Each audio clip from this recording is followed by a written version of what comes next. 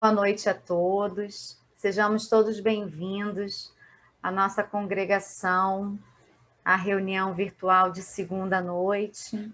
Que possamos todos nos sentir bem-vindos, abraçados virtualmente nesse momento de encontro, de estudo, de orações. Nós vamos pedir ao nosso irmão Mário que leia para nós uma página de ambientação. Do livro Episódios Diários, ditado pelo espírito Joana de Ângeles, psicografia de Divaldo Pereira Franco. Graças a Deus, a Jesus e a Francisco de Paulo. O título da mensagem é Força da Fé. A fé religiosa, assentada nas sólidas bases da razão, constitui equipamento de segurança para a travessia feliz da existência corporal.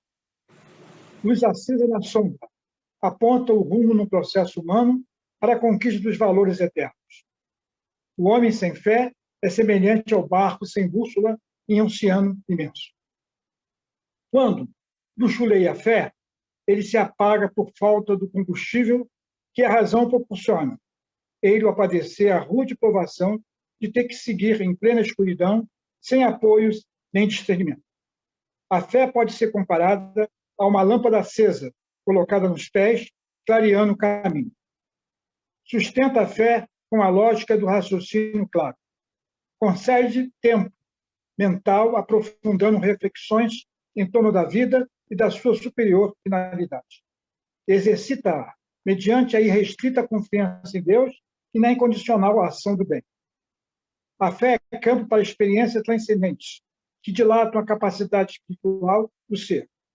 Com o dinamismo que a fé propicia, cresce nas suas aspirações, impulsionando a vontade na diretriz da edificação de Tíbet, superando impedimentos e revestindo-te de coragem com que triunfarás nos tetames da evolução. Conforme a intensidade da tua fé, agirás, fazendo da tua vida aquilo em que realmente acreditas. Graças a Deus, a Jesus e a Francisco de Paulo. Obrigada, Mário, pela leitura. Continuando a nossa ambientação, trouxemos do livro Vida Feliz, psicografia de Divaldo Franco, pelo espírito Joana de Ângeles, a mensagem 81. Jesus disse: não se turbe o teu coração, ensinando que a calma e a confiança em Deus devem ser o lema de toda criatura que deseja encontrar a felicidade. Nunca faltam motivos para preocupações, inquietando o coração, perturbando a vida. A existência humana é uma oportunidade de valorização dos bens eternos e de iluminação íntima. Se colocas as tuas ansiedades em Deus e lhe confias a tua vida, tudo transcorre normalmente. E se algo perturbador acontece, a serenidade assume o controle da situação e age com acerto. Deste modo, não te permitas turbar o coração nem a mente ante as ocorrências mal-sucedidas. Graças a Deus. Então, agora vamos unir os nossos pensamentos para a nossa prece inicial. Graças a Deus, a Jesus e a Francisco de Paula. Pai amado, de infinito amor e bondade, muito agradecemos pela oportunidade de estarmos aqui hoje reunidos, mesmo que virtualmente, para aprender, para ouvir um pouco mais dos ensinamentos que o Mestre Jesus nos trouxe. Pedimos que esse nosso momento, essa nossa reunião transcorra em paz, em tranquilidade e que seja de muito aprendizado para todos nós. Fica conosco, Senhor. Graças a Deus, a Jesus e a Francisco de Paula. Vamos agora pedir à nossa irmã Patrícia que leia para nós um trecho do Evangelho segundo o Espiritismo. A afabilidade e a doçura. Na benevolência para com seus semelhantes, fruto do amor ao próximo, produz a afabilidade e a doçura, que são sua manifestação. Entretanto, é preciso não confiar sempre nas aparências. A educação e os costumes do mundo podem dar o verniz dessas qualidades. Quantos há cuja fingida bondade é apenas uma máscara exterior, uma veste cujo corte calculado dissimula as deformações ocultas. O mundo está cheio dessas pessoas que têm sorriso nos lábios e veneno no coração, que são dóceis desde que nada as ofenda, mas que mordem a menor contrariedade, cuja língua dourada, quando não falam, frente a frente se transforma em dardo envenenado quando falam por trás. A essa classe pertence ainda os homens que, benignos por fora, em casa são tiranos domésticos, fazem sofrer sua família e seus subordinados. O peso de seu orgulho e despotismo parecem querer compensar o constrangimento que lhe é imposto a lures. Não ousando impor autoridades sobre estranhos que os recolocariam em seu lugar, querem ao menos se fazer temer por aqueles que não podem resistir-lhe.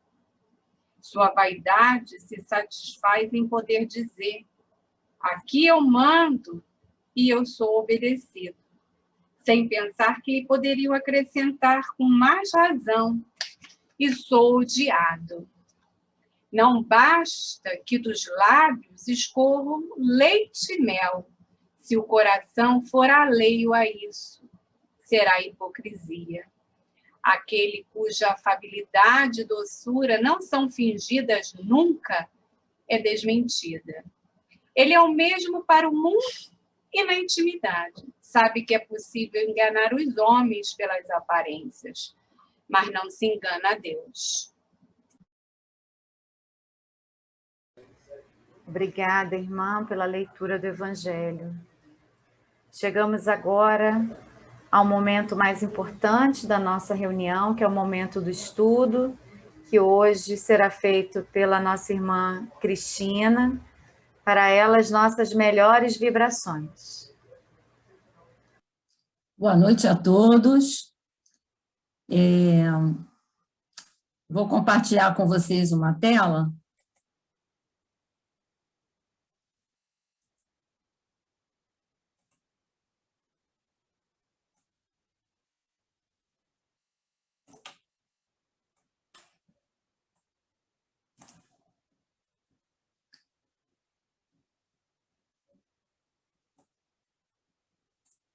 Está todo mundo conseguindo ver? Então, graças a Deus, sim, tá bom. Graças a Deus, a Jesus e a Francisco de Paula. Então, hoje nós vamos falar da lição 22 do livro Boa Nova, A Mulher e a Ressurreição. Tem esse título, mas, por favor, não é só para as mulheres. Homens e mulheres, todos nós temos que seguir os ensinamentos de Jesus.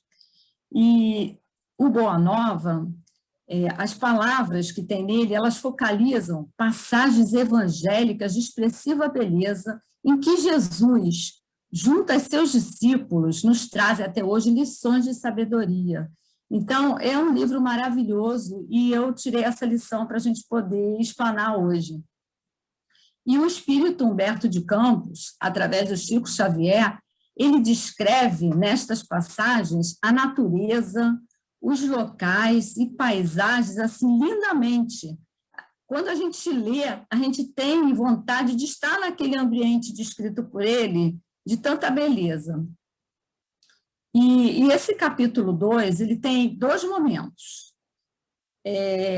tem um momento que começa com um diálogo entre Pedro e Jesus sobre a mulher de má fama, e no segundo momento, a situação que ocorre 2 dias após a crucificação de Jesus, quando Maria Madalena vai até o sepulcro levar para ele perfumes e flores.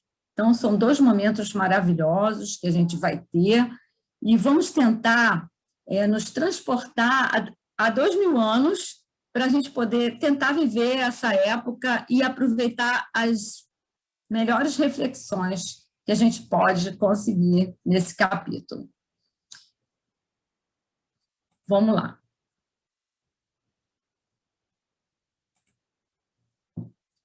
Antes da gente começar, a gente pega aquela palavrinha ressurreição, que, segundo o dicionário de filosofia espírita do Palhano, ela tem um significado, a palavra ressurreição tem um significado literal, que é voltar à vida, assim, o fato de devolver a vida a uma pessoa considerada morta era chamado de ressurreição.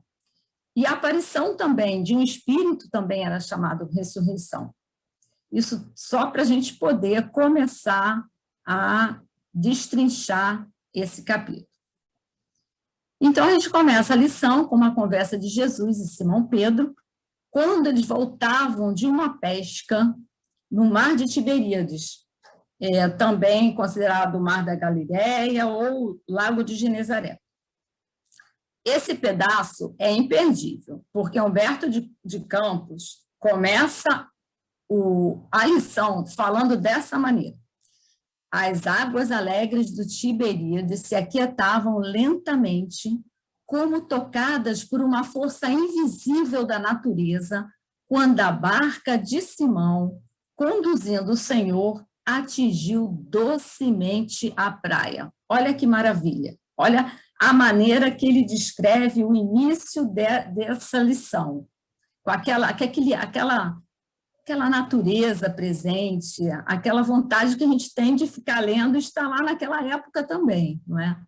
Então, assim que a barca de Simão atingiu a praia, ele largou os remos e Jesus, após vê-lo assim tão preocupado, com aquela fisionomia de preocupado, adivinhando seus pensamentos, o que ele fez? Ele chega para Pedro e pergunta: "Que tens tu, Simão Pedro?" Ele pergunta assim, de uma maneira de que já conhecesse a forma de Pedro, né? Os pensamentos dele, aquele olhar penetrante e, ao mesmo tempo, amigo, né, do Simão Pedro. E ele pergunta exatamente isso. "Que tens tu, Simão?" Ele sabia que algo estava acontecendo com ele. Simão, o que ele fez? Ele se surpreendeu com a pergunta do Senhor. Ele ficou assim meio... ele sabia que Jesus conhecia os pensamentos dele, mas, ao mesmo tempo, ele ficou surpreso, ficou apreensivo. Né? Porque, na verdade, ele ainda ficava com aquelas ideias antigas, com aquela ideia antiga prevalecia ainda na cabeça dele, no que se refere à questão de que a mulher que cometesse adultério, ela teria que ser punida, apedrejada e até levada à morte. Ele não conseguia compreender as ideias novas, as ideias de amor que Jesus trazia, as ideias de perdão. Então, ele entrava em conflito com ele mesmo, com essas questões, e questionava ao mestre em relação a isso. Quando Jesus perguntou para ele: "Que tens tu, Simão?", ele, com timidez, respondeu para o mestre: "Mestre, a lei que nos rege manda lapidar a mulher que perverteu a sua existência." O lapidar aí tem um sentido de educar, de ensinar, né? E ele disse isso para Jesus. Então, vamos levar em consideração que a fala de Pedro, às vezes eu fico até pensando, a gente conversa aqui em casa e eu fico pensando, eu acho que a gente tem muito de Pedro, né?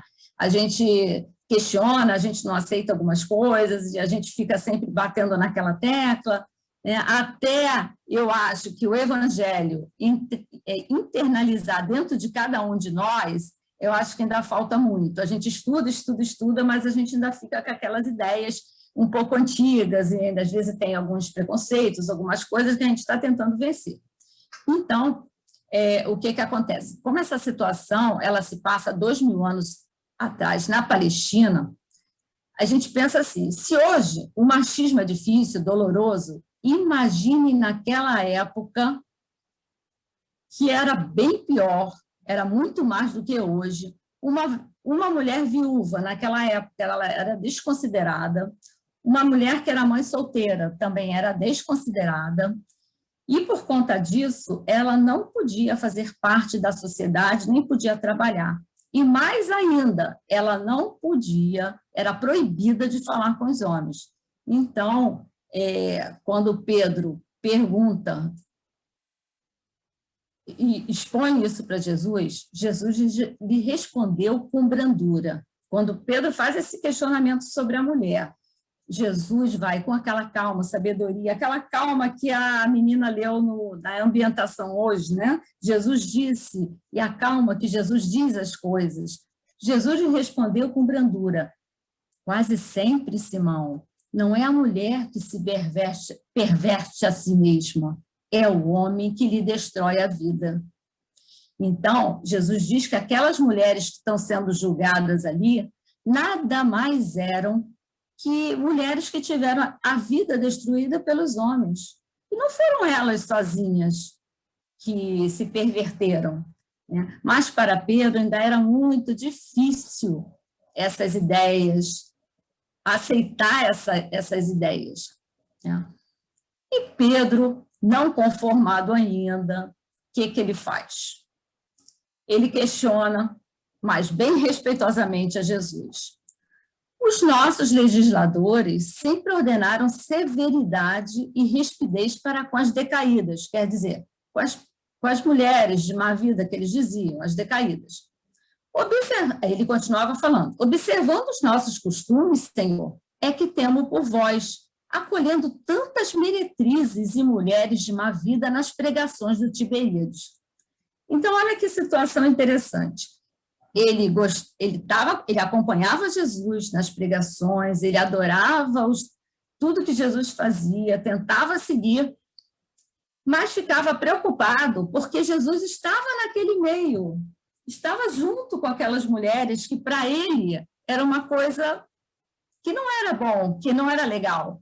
Mas, ao contrário, para Jesus, Jesus não queria saber o que a mulher estava fazendo, se era meretriz, se não era. Ele queria estar ali pregando o amor. Ao contrário, ele gostava, sim, de ficar perto de algumas pessoas que realmente precisavam dele, que ele sabia que, em algum momento, elas iam ser tocadas por ele.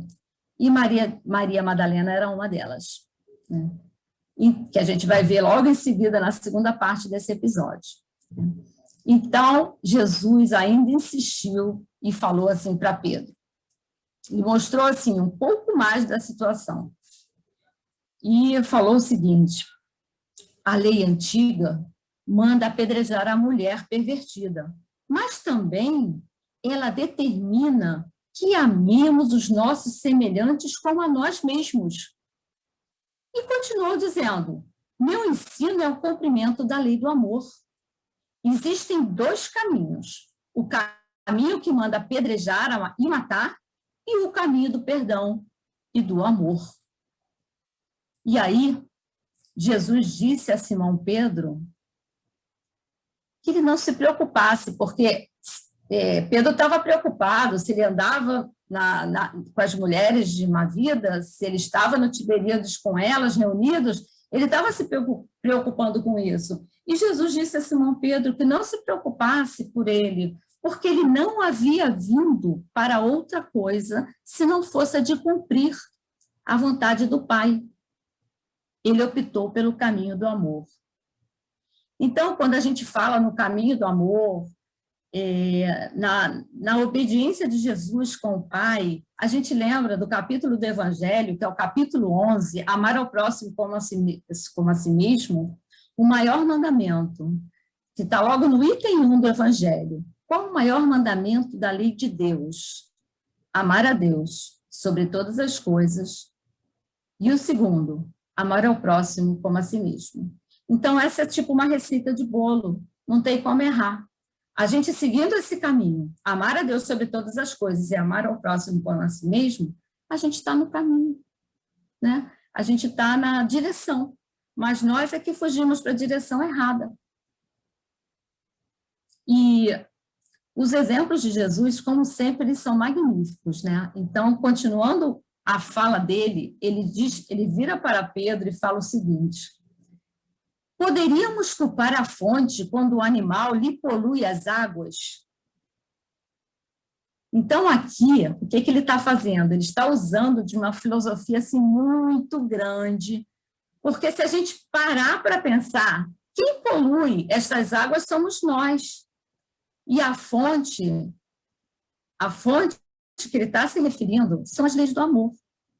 Então, ele está explicando, ele, como sempre, magnífico em explicar por exemplos, quando as pessoas não compreendiam, os discípulos, ou quem seja, não compreendiam de uma forma, ele vinha com os exemplos, ele vinha com as parábolas, e aí acabava que cada um, como até hoje, cada um entende do seu modo. Muitos ainda não compreenderam, muitos estão na caminhada, mas cada um tem seu grau de evolução. Então, aqui, como nós falamos, ele, mais uma vez, está dando um ensinamento para Pedro, de uma forma que Pedro pudesse entender sobre isso. Aí, nesse momento, Simão Pedro pareceu ser tocado pelas palavras de Jesus, mas ainda restou uma dúvida, e ele tornou a perguntar: mestre, a mulher é superior ao homem na missão terrena? Respondeu novamente o mestre com todo o seu jogo de cintura e amorosamente: os dois são iguais perante a Deus. E aí a gente pega a questão do Livro dos Espíritos, a pergunta 817, quando Kardec pergunta: são iguais perante a Deus o homem e a mulher e têm os mesmos direitos? E os espíritos respondem com uma outra pergunta, dizendo o seguinte: não outorgou Deus a ambos a inteligência do bem e do mal e a faculdade de progredir? Então, qual é a resposta? Né? O que os espíritos nos dizem sobre isso? Sim, os dois são iguais perante a Deus. E nesse capítulo do Livro dos Espíritos, quem se interessar depois pode ler com mais calma, mais tranquilidade, que é o tema Igualdade dos Direitos entre o homem e a mulher, vai das perguntas 817 até 822. E aí a gente vai saber de mais detalhadamente sobre isso. E o Cristo continua esclarecendo a questão do homem e da mulher com Pedro, explicando para ele as situações, né? Então, ele diz o seguinte: há um equilíbrio, um completa o outro. A mulher recebeu a sagrada missão que dá a vida.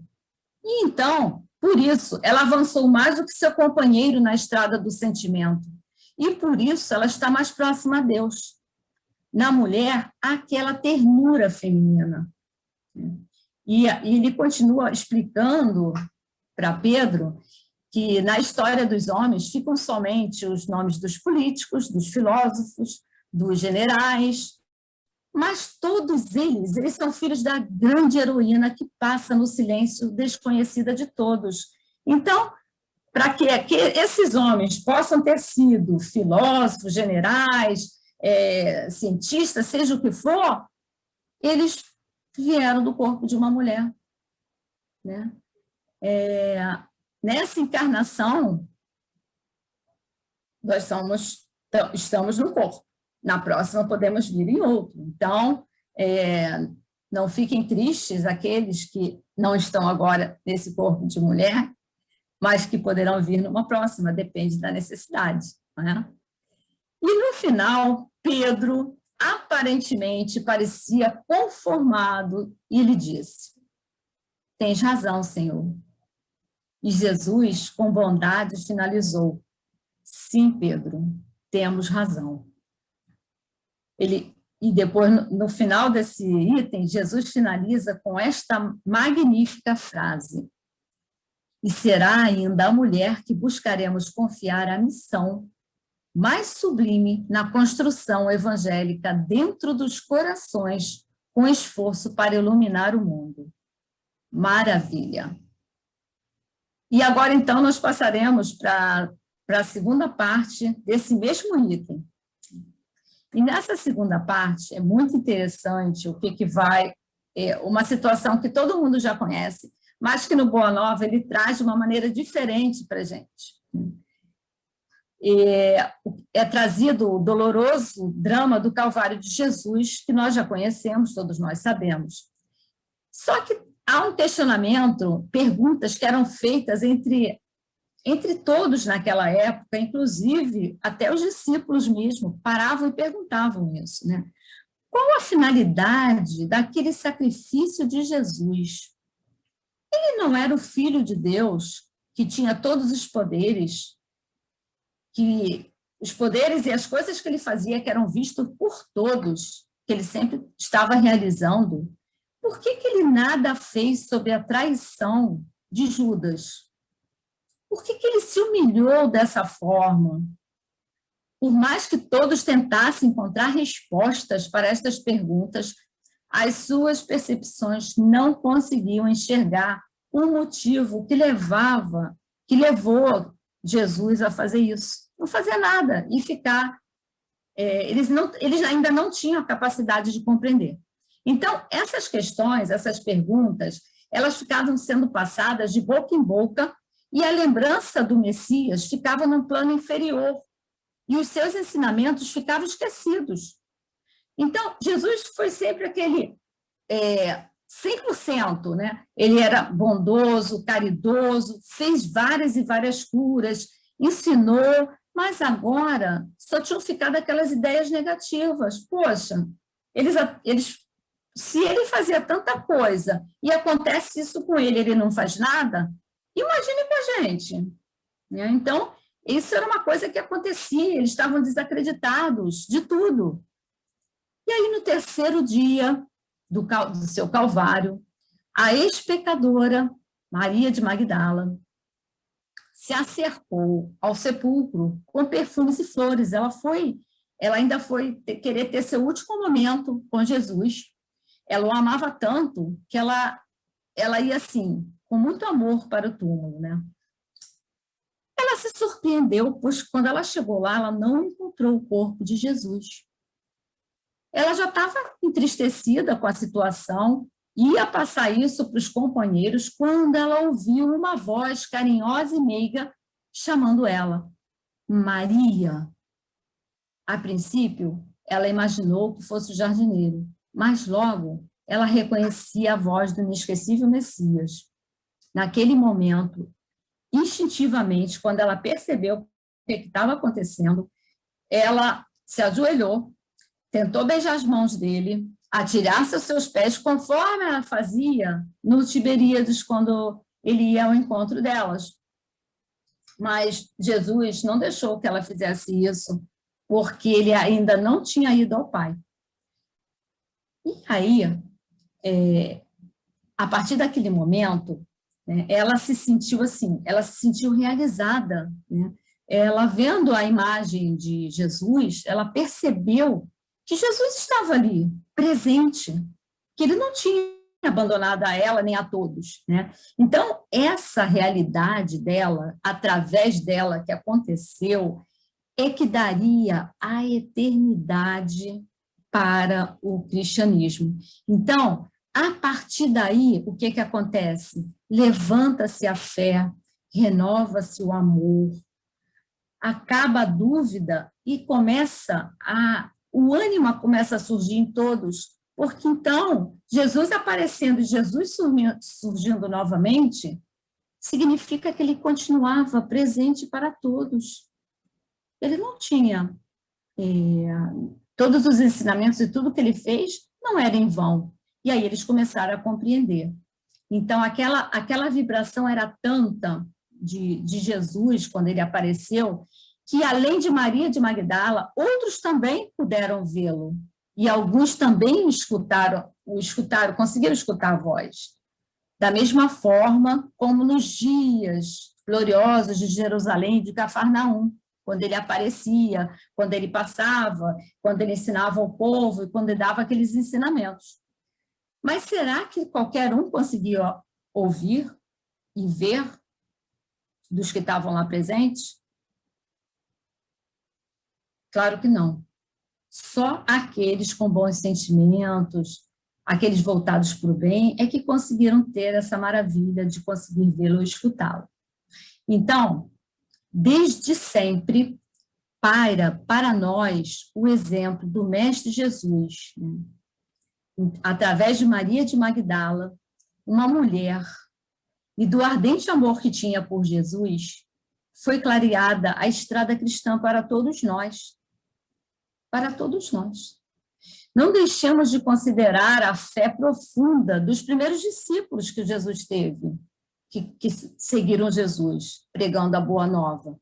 Mas fica a pergunta final, feita por um historiador, que até aparece no livro Boa Nova, é um filósofo francês chamado Ernest Renan. Ele faz a seguinte pergunta: onde está o sábio da terra, que já deu ao mundo tanta alegria quanto a carinhosa Maria de Magdala? E que essa pergunta ela seja feita por todos nós, né? Então, a gente pode falar o seguinte: onde está o cientista, o filósofo, o pesquisador que conseguiu dar tanta alegria com uma descoberta como aquela da ex-meretriz de Magdala? Ela tinha tanto amor por Jesus, mas tanto amor, o amor dela era tão grande que ela conseguiu vê-lo. E, através dela, todos nós, até hoje, temos Jesus presente em nossas vidas, né? Então, que a gente possa refletir sobre isso, pois ainda hoje, a melhor notícia que podemos ter, podemos dar uns aos outros, no começo do ano, no Natal, nesse momento atual que a gente está vivendo, é dizer o seguinte: ei, Jesus está vivo, ele está presente. Vamos seguir os seus exemplos através do evangelho que a gente conhece. Vamos tomar essa atitude e vamos a gente tem as ferramentas, é só a gente poder utilizar, né? Saber que Jesus está presente na nossa vida, e hoje as lições que caíram na ambientação foram interessantes, que a Lili leu foi sobre Jesus, falando dele, calma, e não, essa foi o que o Mário leu, e a afabilidade e a doçura também que caiu. Então, tudo a ver com o nosso querido Jesus. Que lição nós conseguimos tirar desta passagem? Eu sei que cada um de vocês, depois de ouvir o livro Boa Nova, essa lição, vai parar e vai pensar assim: o que eu posso ter aprendido, o que eu posso fazer em relação a isso que eu escutei? Eu vou trazer aqui alguns itens para vocês, mas eu tenho certeza que cada um vai pensar no que poderia melhor absorver dessa linda lição que Humberto de Campos nos traz sobre a mulher e a ressurreição. Então, vamos lá. A lição que nós podemos concluir, tirar dessa passagem, é: a mulher, nós, mulheres, a mulher cabe uma importante cota de contribuição com a obra de Deus, oferecendo a sua sensibilidade e a sua inteligência em favor da vida. Podemos falar também sobre a igualdade entre o homem e a mulher. O amor que está presente na nossa vida, que deve estar presente na vida de cada um de nós, e que o Evangelho nos fala tão claramente sobre isso. E outra, essa para mim assim, foi muito mais interessante. Maria de Magdala, ela representa o exemplo daqueles que cometem equívocos graves em sua marcha evolutiva, mas que conseguem, ao toque do amor do Cristo, reajustar-se perante a lei de Deus e voltar-se definitivamente para o bem. Então, como cada um de nós tem a possibilidade de errar, é imensa. A possibilidade de cometer erros, de fazer alguma coisa que não seja algo de bom, é infinita, porque nós estamos aqui para quê? Para aprender, senão não estaríamos mais aqui na Terra. Se a gente já tivesse aprendido tudo e fosse perfeito, não estaríamos mais aqui. Então, mas o mais interessante nessa lição é saber que qualquer um pode errar, mas pode levantar e seguir em frente. E é essa a lição que fica para nós na noite de hoje sobre o Boa Nova, né? Muita paz para todos, graças a Deus, a Jesus e a Francisco de Paula.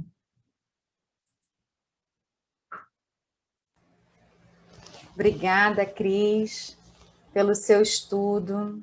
Muito bom, muito bonito. E realmente nos traz muitas reflexões. Muito obrigada. Nós agradecemos. E agora pedimos à nossa irmã Simone que faça por nós a prece de agradecimento. Graças a Deus, a Jesus, a Francisco de Paula, Pai amado, te agradecemos por mais essa oportunidade de estarmos reunidos, em teu nome, em busca de aprendizado, em busca de compreendermos esse momento tão difícil que estamos passando. Obrigado por nos fortalecer e por estar sempre nos amparando através da espiritualidade amiga. Graças a Deus, a Jesus e a Francisco de Paula.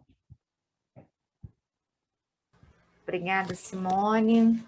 Agradecemos a presença de todos e desejamos uma boa noite para todos os irmãos. E assim, em nome de Deus, de Jesus e Francisco de Paula, damos por encerrada a nossa reunião de hoje. Boa noite. Boa noite a todos.